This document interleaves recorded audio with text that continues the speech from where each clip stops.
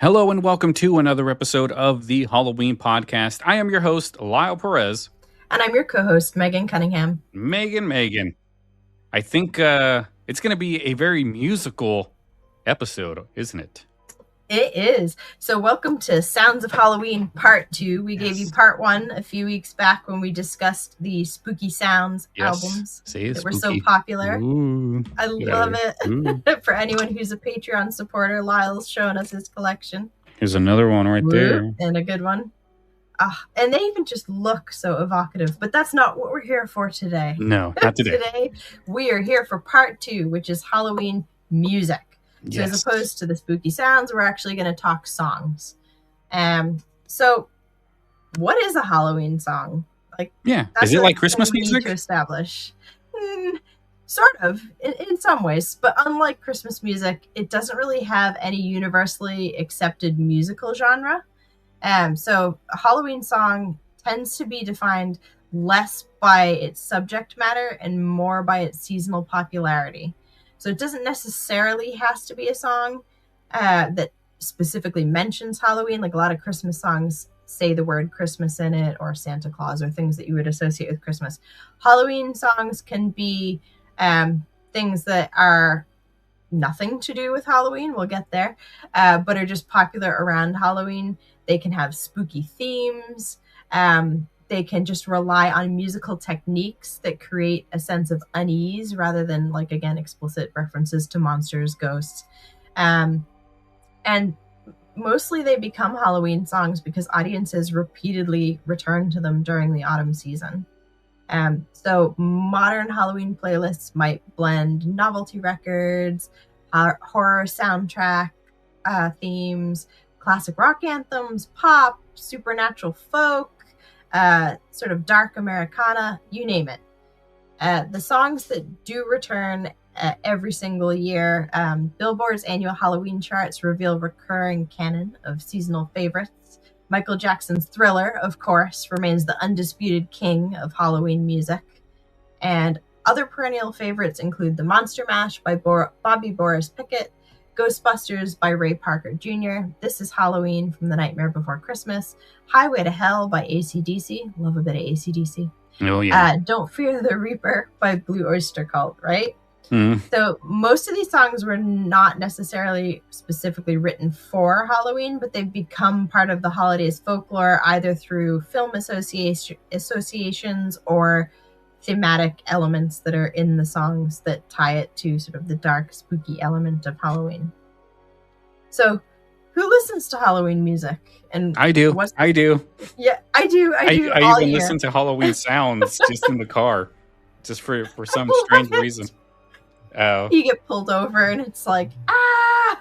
Yeah. No, someone's screaming out your window. What ends up happening is, because I have Sirius radio, I'll just go ahead and hit the Sirius button for the radio, and then just go to Christian music if I'm ever getting pulled over.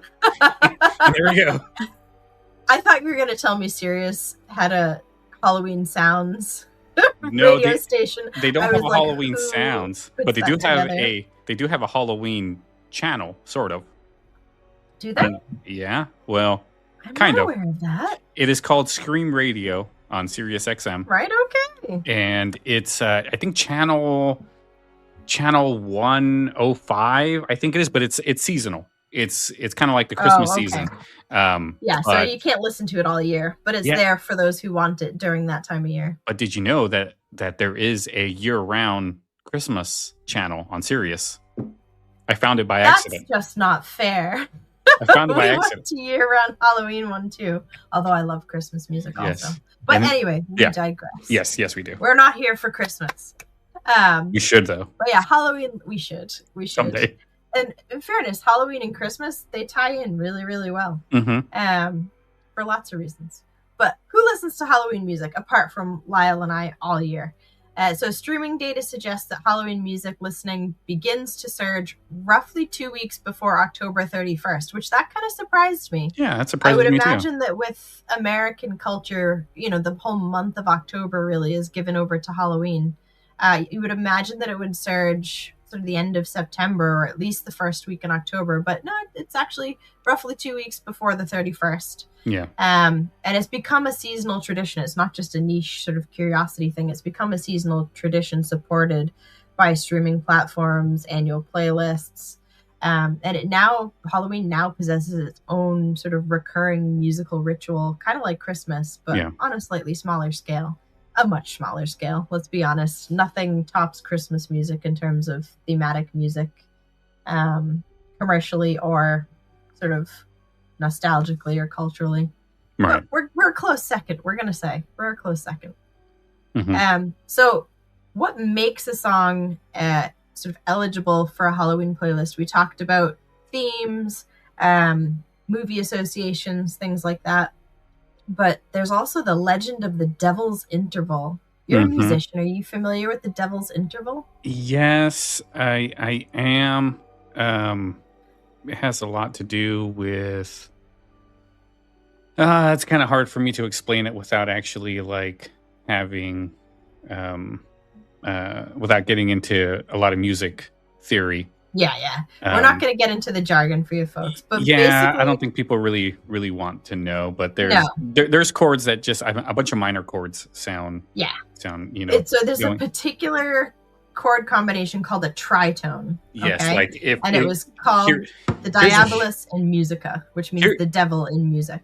Here is my guitar, and one of the Lyle's going to demonstrate it for you. One of the most known ones is going from a C, which is this one, to an F sharp.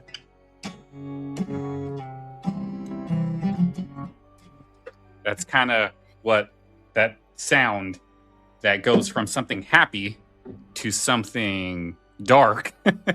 Like those minor chords are dark. And I love them. If you like gothic music or a lot of like metal, a lot of black metal, that type of stuff, they use a lot of minors in it. That's what gives it that sad, evil, solemn kind of feel to it. Yeah. But and even sort of nursery rhymes. So I have 2 little kids, and they watch Miss Rachel sometimes, and she has a Halloween episode, which is awesome, by the way. If you were a 90s kid or 80s kid, that episode has all the feels. It's so obvious that she is of the same generation, because all the same songs we sung in school and stuff are part of it. But she does a whole thing, because of course she was a music teacher before she was a internet sensation, where she discusses the difference between major and minor chords in songs to explain it to kids using Halloween music. But anyway, we digress again. So it was called the Diabolus in Musica, which means the devil in music. And there's sort of a popular myth, sort of modern folklore, that claims the medieval church actually banned the tritone interval because it sounded too sinister. There's absolutely no historical evidence I don't think they really of that at all. It's just a myth. It's not true. It was primarily avoided because it sounded unusually dissonant to contemporary ears. It was very difficult for choirs to sing accurately. So for the human voice to do that in a choral setting is not easy. And for musical theorists, they just considered it awkward within the established compositional practices of the period. So there's nothing diabolical about it, but it does sound, dark, and it doesn't sound melodic or harmonious, which is what most people when they're composing music is looking for, unless, like you said, you're a rock or a metal band. Right. And it was actually used in the Renaissance. It wasn't banned at all. It was used to represent things like sin and darkness and all of that within music, which is kind of what they're doing with metal now still. Yes. Which I love. I love metal. I'm a big metalhead. I don't know if people really know I'm a fan. Are you? I'm a bit of a... I am. I'm a little bit of a fan myself. Like who?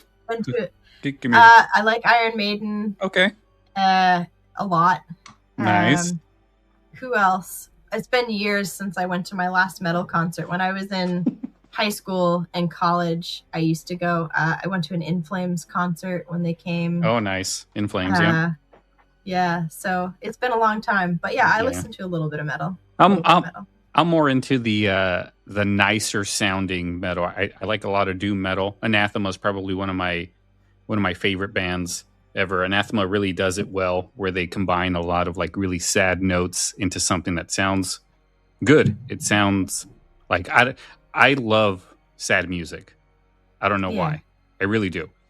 And it's kind of a weird thing because I write a lot of music and a lot of my themes are always on the sadder side. But yeah, I just love it. I love it. Being someone who enjoyed singing like all through my youth, I always kind of appreciated the vocals of Iron Maiden. Mm-hmm. Yeah, operatically trained. Yeah. But yeah. So anyway, I like Iron Maiden. There you go. Little tidbit about Megan. Yeah. Do you do you know the band Death? Mm-hmm. I do not. No. Like I said, I'm very much out of the loop. So I've always had a very eclectic music taste. At the same time that I was listening to all of those, I was also listening to Hanson and the Spice Girls and country music back before country music was a cool thing. And really that sort of folk country sound tends to be what I gravitate towards on a day-to-day basis. Yeah. And classic rock. I love classic rock. Like I said, love me a bit of AC/DC. Yeah. Led Zeppelin, all that stuff. I don't know if he still does, but I think he was the drummer for Death, Richard Christie. He listens to the Halloween podcast. Oh, no way! He says he does. He says he does. So I don't know we'll if he still take him at does. His word. Hey, Richard, how's it going? If you're still listening, send me an email. I'd like to say hi to you again. And if he's not, and somebody who knows him is, let him know we were talking about him, and he missed it. Yes, you know, he's the, I don't know if he still is, but he's the producer of the Howard Stern show now. Oh, okay. I think he probably still is. I don't know.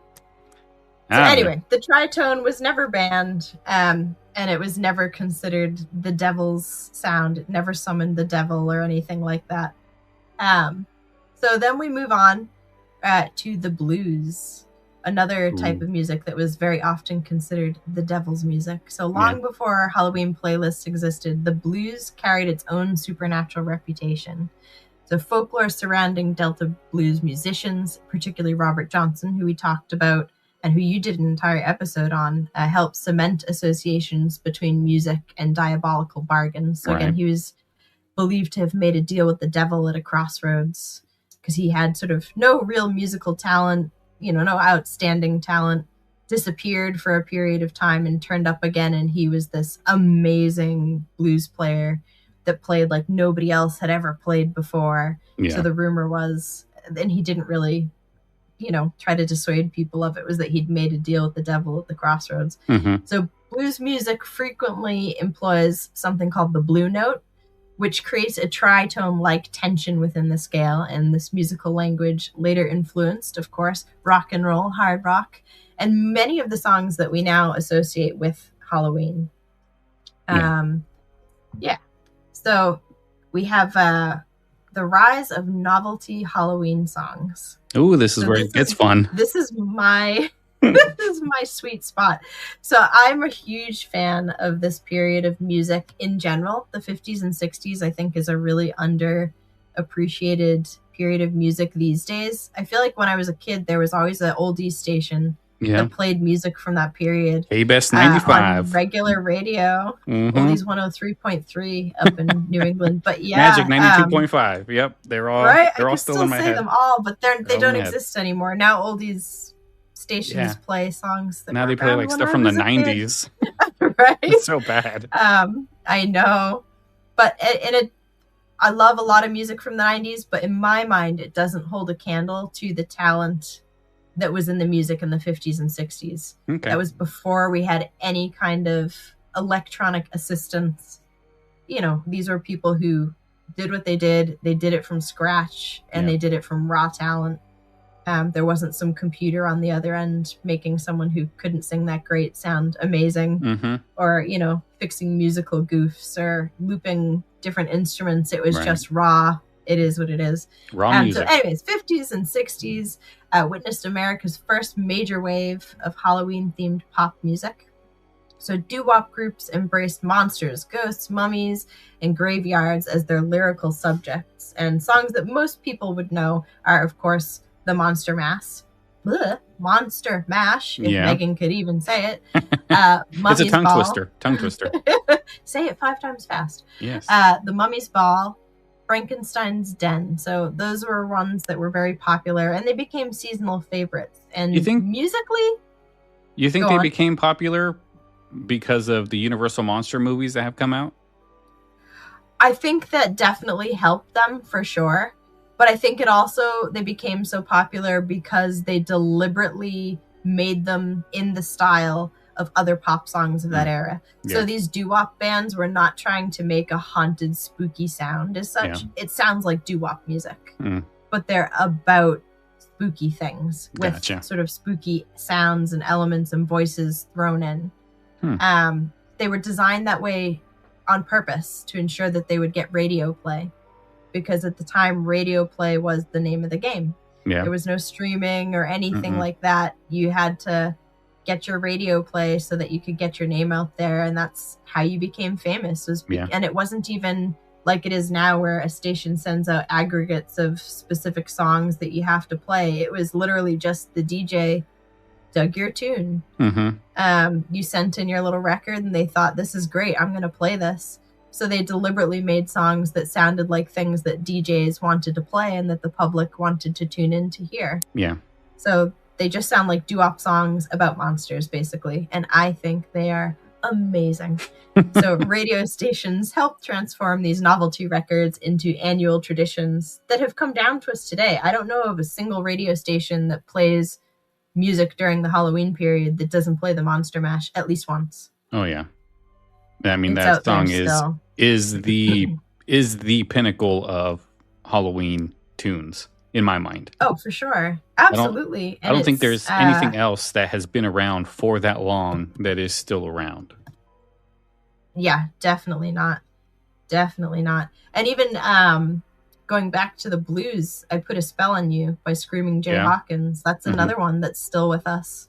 Still gets radio play, and lots of people have covered it. Those versions get played. So this music hasn't sort of gone away once the period that it was made and ended. And I think that's something that is very similar with Christmas music. So a lot of the major canon of Christmas music that we listen to are what we would consider oldies in any other context. Yeah. But they're Christmas music. So it's perfectly popular and acceptable and everything to play them on, prime radio spots all season. And same with some of these Halloween songs. So rock music transformed Halloween music once again. So by the 70s and 80s, Halloween music sort of went beyond novelty songs, and that's when you get into the hard rock, classic rock, and they embrace those themes of sort of death and demons and the occult and rebellion, and upset a whole other generation of parents and do-gooders who said it was the devil's music once again. And songs such as Highway to Hell and Sympathy for the Devil became Halloween staples, despite actually not being written with the holiday in mind at all. Right. It was to do with the thematic elements. Genres inherited many of the musical characteristics from the blues, including the sort of tension-producing notes and darker tonal colors that you were saying is particularly why you love them and enjoy them. And also in the also in the 1970s, we started to have the first sort of horror films that referenced Halloween. Of course, there was Halloween, the original horror film that brought in Halloween, and so many others from that period really made sure to put out their budget to have a good soundtrack. So these horror cinema efforts really dramatically shaped modern ideas about what scary music sounds like. So iconic horror scores that became cultural touchstones would be things like the theme from Halloween, the theme from Jaws, and those songs are still remixed and remixed and remixed. There are club versions. There are all kinds of different edits to those that you can still get now that are even more fun. Right. That are designed for radio play or for being played in a club. Instruments such as the theremin and the, I'm going to say this wrong, Martino. Sounds about right, I guess. Martnot. Ond Martineau helped create sort of eerie, otherworldly sounds for the first time, in addition to just your general instruments. Yeah. And of course, analog synthesizers, shrieking strings, and unusual electronic textures became shorthand for the supernatural. So you get those really jarring violin notes in like Psycho. Yeah. When she's being murdered in the shower. In fact, there's a cool story about that. They had a European orchestra record that for the film, or not for the film. After the film came out, they were playing it as part of a concert where they were showing the film. And the orchestra couldn't cope with it. They were like, but why would I be playing these notes? They're like, it's supposed to sound horrible. It's supposed to sound jarring. Yeah. Because it's someone being stabbed to death in the shower.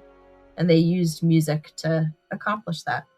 So anyway, all those musical film soundtracks are part of a lot of people's Halloween playlists. So why do certain sounds feel haunted? Again, dissonance.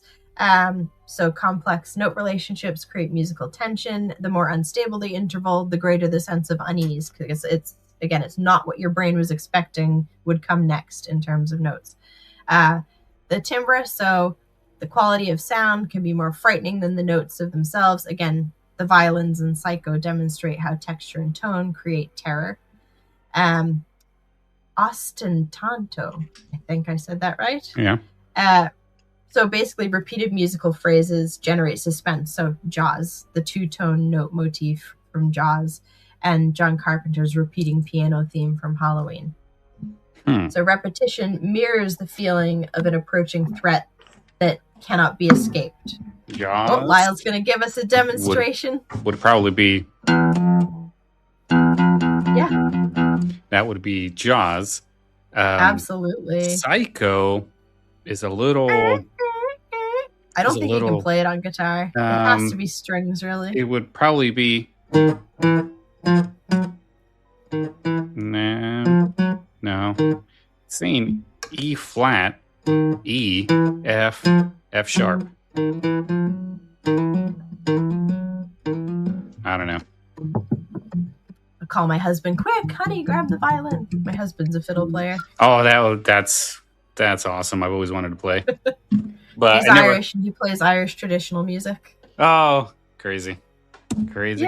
So anywho, why Halloween music defies definition. So unlike Christmas music, Halloween lacks a single musical style. It can be drawn from any kind of genre. It comes from films. It comes from old doo-wop. It comes from the blues. It's from all over the place. And a lot of it draws on folklore themes, horror cinema. Again, it's pop culture. It's what makes a person scared. And that's so subjective. Yeah. What you find scary, I might find kind of charming. What was once considered scary might now be considered kind of nostalgic. Right. Or what some people would consider sad, I consider comforting. Yeah, well, much. It's same thing. Yeah. Same thing. Yeah. So what it is very subjective, and it also evolves as the culture evolves through time. Right. So Halloween songs are not set in stone the way a lot of Christmas music is. They can change and they can be different for different people. Right. What unites them is not necessarily a specific sound, but a shared atmosphere of mystery, unease, or nostalgia in the supernatural. So again, sounds that were once considered frightening become familiar over time. For example, the theremin, which we talked about, which was once considered genuinely unsettling as a way to sort of indicate supernatural presence, is now kind of cliche. People don't tend to use it for that reason, or they use it because they're trying to be nostalgic rather than because they're trying to be terrifying. So yeah, new technologies, including AI, are beginning to shape the next generation of seasonal sounds. So AI is now able to do things that no human could do with an instrument. And so that's going to be interesting to see where that takes us. And of course, as we talk about remixes, like you can use AI to make, I don't know, a Caribbean steel drum version of the Halloween theme or whatever you want. basically. Yeah, there's a guy that does Without having drumming to have any videos. musical talent at all. Yeah, a guy does drumming videos where he just takes songs and turns them into, like, I think he did Billie Jean if it was a country song or something like that, and then he played drums Yeah, with it. So exactly. it's a fun use of just tinkering around with AI, but I don't think AI would really will really take the place of No, human. I don't think it, and I hope it doesn't. Yeah, I really sincerely hope it doesn't. because I mean, I have done a lot of AI songs, but the thing is, I've wrote the entire song. I had a bunch of people playing all the instruments, and then I uploaded that to AI to see what AI would do.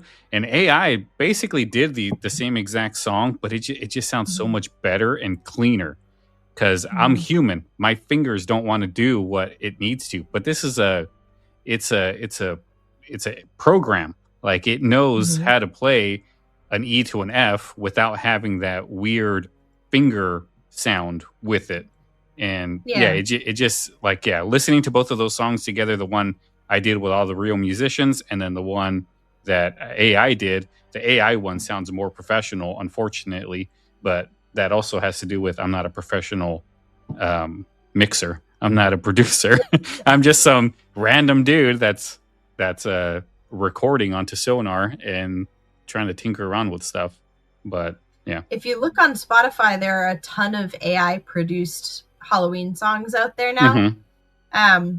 Some of them are just instrumental, and some of them are actual music, or like songs. They're all music, but yeah, some of them are really popular. Yeah. People really enjoy them, and that's fine. But I think, and I'm thankful for this, because of the nostalgia that goes hand in hand with Halloween. I feel like a lot of those older songs are never going to fall out of popularity. Like Michael No. Jackson's Thriller will always be with us. Yes. Yeah, Although, funny story about that. Go ahead. So again, I have small children, Mm-hmm. and if anyone's familiar with the animated film Sing, Yeah. where it's a bunch of animals who sing pop songs and things, there's a short that they did called Sing Thriller, Mm-hmm. and it is Thriller, but done by these animated animals from this film Sing, Yeah. with their own little subplot, and it's very, very cute. But what struck me as funny is this generation of kids, Mhm. that's probably going to be their very first reference for Thriller. Yeah. So instead of Thriller and automatically thinking of Michael Jackson, they Mhm. might think Thriller and automatically think of this animated short Yeah. from Sing. And it's really well done, and it's really good. But for me, it was just one of those moments. Because when I Yeah. was a child, I was in preschool in Georgia. And I don't know why, but the preschool teacher thought it would be a good idea to show us the Michael Jackson Thriller music video. And I was absolutely terrified. I went home and told my mom I didn't like that man in the video, which was funny because I ended up being a really big Michael Jackson fan. Yeah. During the period when he was still alive. I'm still a big Michael Jackson fan, but not like I was then. Mm-hmm. But yeah, that really scared the crap out of me, the music video, when I was a kid. Oh, So Thriller. I'm not going to probably show it to my kids at this age, No, but they've seen the Sing version. That's good enough, because honestly, like, a lot of people say, what scared you as a kid, and I always tell them it was the Thriller video. Yeah. Oh, It really scared it me. kept me up at night, like Mhm. nightmares, the whole 9 yards. My mom went into the teacher and complained, and she was like, "What are you showing them?" She's like, "Oh, sorry, we showed them the Yeah. music video for It would have Thriller." been But it yeah. would have been different if you would see the making of it instead of watching Yes, the yeah. actual thing. Watch the making, you kind of get the sense, but like, the zombies aren't really zombieing around. They're Yeah. like people. They're just walking. They're having a cup of coffee. Like, that's what the kids need to see, and then they can probably see the actual finished product as a, like, no, this is all just pretend. It's all acting. It's meant to Yeah. look this way, but this is how it really looked while they were doing it. Even then, in preschool and kindergarten, I feel like that's still a bit intense to be showing the class. But so Yeah. that's how I ended up the way that I am. Yeah, yeah. That's how you build That the next explains Halloween it all. generation, right there. That's how you do it. But yeah, so the history of Halloween music suggests that while the monsters may change and the sounds of the music may change, change. Our fascination with musical representations of the unknown and the spooky remains pretty much constant. Yeah. The state where the most Halloween music is listened to is Utah, which was kind of a surprise for me. I don't know why, but it is Utah. Yeah. And the biggest demographic that listen to it streaming every year, this comes from Spotify's information, is women who are 35 to 45 years old. So me. Yeah. Yeah. So that's also our download it most every year. Well, that's also our biggest demographic for the Halloween podcast is 35 to 45-year-old women. Just so you know, that's the biggest the demographic. Girl power. Spooky girl power. Yeah. And then honorable mentions, some Halloween songs that are only spooky because of their music videos, for those of us who grew up with music videos. The Backstreet Boys, everybody / Backstreet's Back, they all turn into monsters, completely stolen from Thriller. Like, it was so obviously inspired by Thriller, but everybody loved it. Yeah. Chris Brown's Wall to Wall, the music video features sexy vampires. Never heard it. Billy Idol, Dancing with Myself. Okay. They all turn into zombies on the rooftop, and the zombies dance with them. So those are the three that I was able to come up with. Yeah. And then for anyone else who was a child during the 80s and 90s and watched the Disney Channel, you will remember this. Disney's Monster Hits was a Halloween special. We will definitely have to do an episode on that. Yeah. But it is epic to play in the background at Halloween parties. My husband and I used to do that sometimes, like just play it on the TV in the background so that anyone who sort of stopped to watch could watch it. But yeah, so Disney's Monster Hits. And basically what it was it was a compilation of old school Disney cartoons. So we're talking like Mickey, Minnie, Goofy, Pluto, Donald Duck. Their specific Halloween cartoons that they had, and they were set to 80s and 90s music. So again, you had Thriller by Michael Jackson. You had, was it Rockwell Kent? Yeah, it is Rockwell Kent that does Somebody's Watching Me. Bad Moon Rising by Creedence Clearwater Revival. Like, the music that's in it is just amazing quality, and I can't think of a single song that's in that special that's not still Halloween music gold today. So that, compared with the animations, makes that just epic. If you've never seen it, you can find it on YouTube. Check it out, Disney's Monster Hits. And we will do an episode about it at some point, for sure. I'm going to make Lyle. Fine, we'll do it someday. There we go. And that is all I have for you folks. So thank you so much for tuning in for part 2 of the Sounds of Halloween, to do with Halloween music. Lyle, have you got anything else to add? No, I think that pretty much covered it. Yeah, I mean, Halloween music, pretty cool. I like anything that sounds creepy. I like those minor chords. So, yeah, I think it's all good. Well, thank you guys so much. They're all in the minor chords, folks. Yes, the minor chords. And if you don't know what they are, here we go. Here is this is a regular D. Sounds nice and happy. And then a D minor. Sounds more sad. Yes, sort of slightly threatening. Yeah. But A, and then an A minor. Yeah, I just love those sad notes. They make you feel all the emotions, for yes, sure. They do. The minor tone. Yeah. All right. All right, so guys. That's what I've got for you today. Thank you so much for tuning in, folks. Yeah, thank you so much. And if you'd like to support the show, just make sure you leave us a 5-star review wherever you get your podcasts from. If it's Spotify, leave us a rating. If it's Apple Podcasts, go ahead and leave us a wonderful review. We'd appreciate it. If you have any questions, comments, or want to suggest anything for a future show, reach out to us at info@thehalloweenpodcast.com. Check out all of our socials, facebook.com/thehalloweenpodcast, instagram.com/thehalloweenpodcast. And yeah, also support the show. Go to our Patreon page, patreon.com/thehalloweenpod. And yeah, check out these videos that we do there and support the show. Support the show, and we will be 100% grateful. And yes, thank you so much, folks. Yeah, check out the website, thehalloweenpodcast.com. And yeah, go and be Halloween with us, I guess. Go be spooky. Yes. Keep it spooky, folks. Yes. All right, guys. Well, thank you so much. We will see you next time. Have a good night. See you next time. Good night.